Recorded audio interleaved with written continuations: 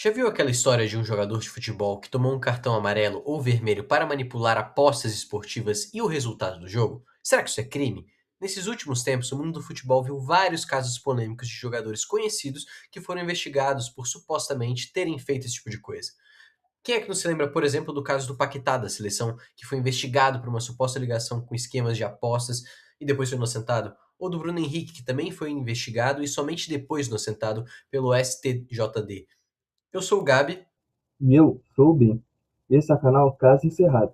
Hoje, vamos tratar do caso do jogador Igor Cares, no agravo regimental em recurso ordinário em habeas corpus número 238757. Esteve recentemente no Supremo Tribunal Federal. Antes de adentrarmos na fundamentação jurídica, é importante entendermos o que aconteceu.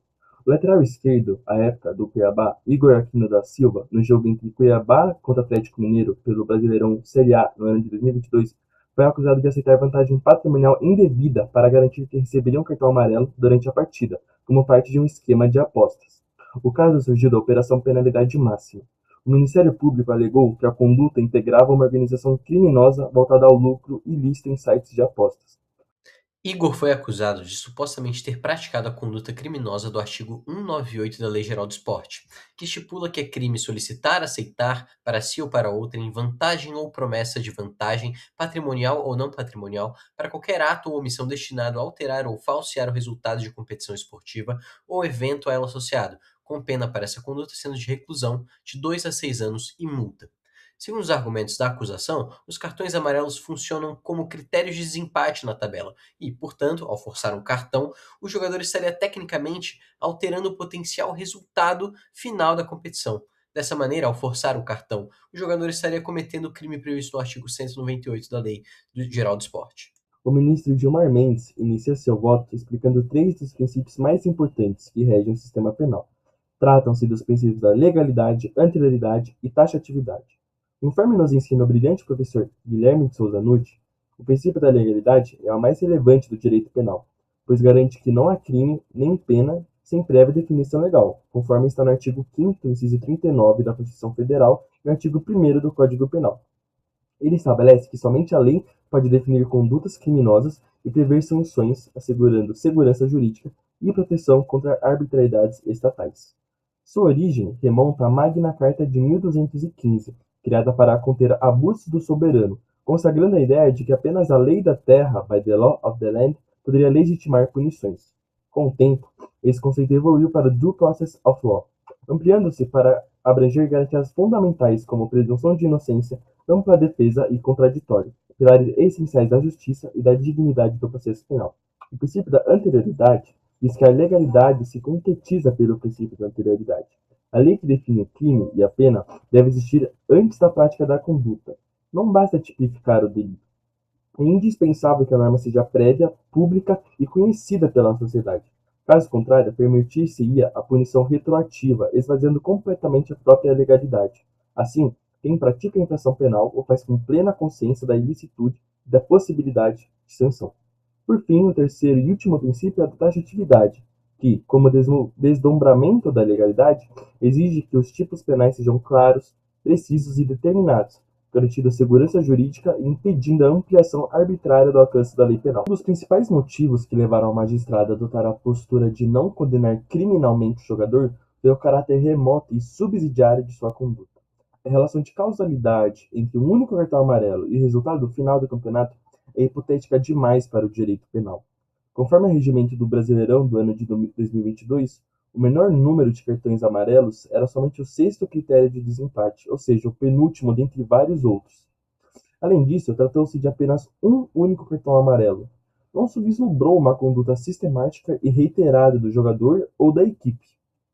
O magistrado, portanto, aplicou o princípio da intervenção mínima, ou da subsidiariedade. Nas palavras do mestre Guilherme Nutti, o direito penal deve atuar como última ratio, protegendo apenas os bens jurídicos mais relevantes, quando os demais ramos do direito se mostrarem insuficientes. Por isso, tem caráter subsidiário e fragmentário, não podendo regular todos os conflitos sociais nem punir condutas inofensivas, em respeito ao princípio da ofensividade, todos como desdobramentos constitucionais implícitos da intervenção mínima.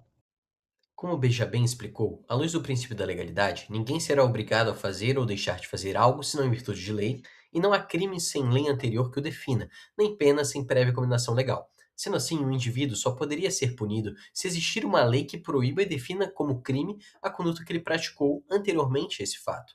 O princípio da legalidade é um verdadeiro limitador ao poder de punição do Estado, exigindo a ele que os tipos penais sejam suficientemente claros nas proibições que impõe.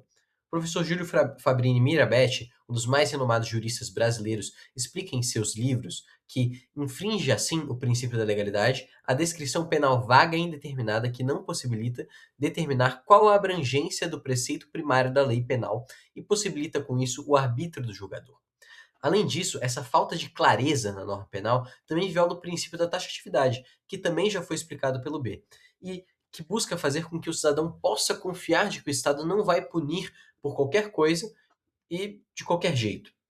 A discussão desse caso permeia justamente essa questão de uma falta de previsão expressa para a conduta do jogador e se essa conduta dele de fato foi relevante para uma alteração no resultado final do campeonato de futebol. Existe, portanto, um conflito entre o dever do Estado de punir e o direito à liberdade do cidadão.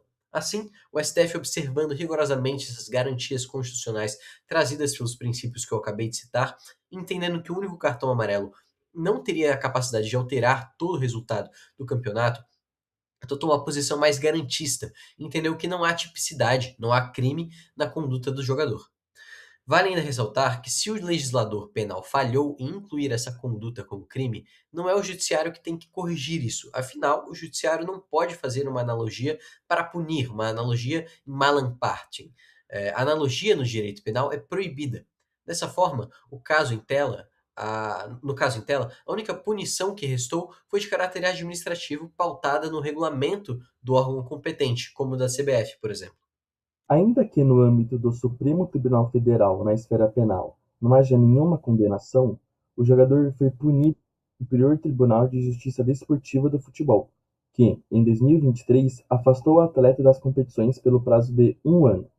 Em algumas situações, a responsabilidade penal não interfere na civil e administrativa, e vice-versa. Mas então, segundo o STF, quando essa prática de tomar cartões deliberadamente poderia configurar o crime do artigo 198 da Lei do Esporte? Para o ministro Gilmar Mendes, a obtenção pontual de um único cartão para o lucro de apostas não configura esse crime, pois não tem a capacidade de alterar todo o resultado do campeonato. No entanto, se houver uma prática reiterada e sistemática de obtenção de cartões para manipular a classificação de um time, esse crime estaria concretizado, pois aí sim haveria a possibilidade de se influenciar o resultado da competição. A decisão, portanto, foi a concessão dos habeas corpus impetrados pelo jogador e o trancamento da ação penal, em razão da manifesta atipicidade e o déficit de posicionamento que comprometesse o resultado. As lições que esse caso nos ensina vão para além da situação específica do jogador. Quando a norma penal é aberta ou pouco específica, a interpretação nunca pode ser feita em malefício do réu, ou seja, do acusado. Analisando tudo isso, é possível entender os motivos que levaram o STF a decidir que essa prática não configura o crime previsto. No entanto, uma outra dúvida vem surgindo. Será que essa prática não poderia ser enquadrada como estelionato? O artigo 171 do Código Penal descreve o crime estelionato como obter para si ou para outra em vantagem ilícita, em prejuízo alheio, induzindo ou mantendo alguém em erro mediante artifício, ardil ou qualquer outro meio fraudulento. Esse enquadramento, no entanto, também não nos parece algo tão natural, haja vista que seria necessário determinar eventual prejuízo alheio na conduta de tomar um cartão e também, será que tomar o cartão de propósito é uma fraude? Se o jogador ficar irritado com algum lance e fizer uma falta proposital, será que ele tem que ser investigado por uma tentativa de manipulação? O que está claro aqui é que a Lei Geral do Esporte precisa ser atualizada com essa nova demanda decorrente das casas de apostas esportivas. Então, deixa aqui nos comentários se você concorda ou não com a posição do STF e a sua opinião sobre o caso. Esse foi mais um vídeo do canal Caso Encerrado e não esqueça de deixar aqui a sua curtida.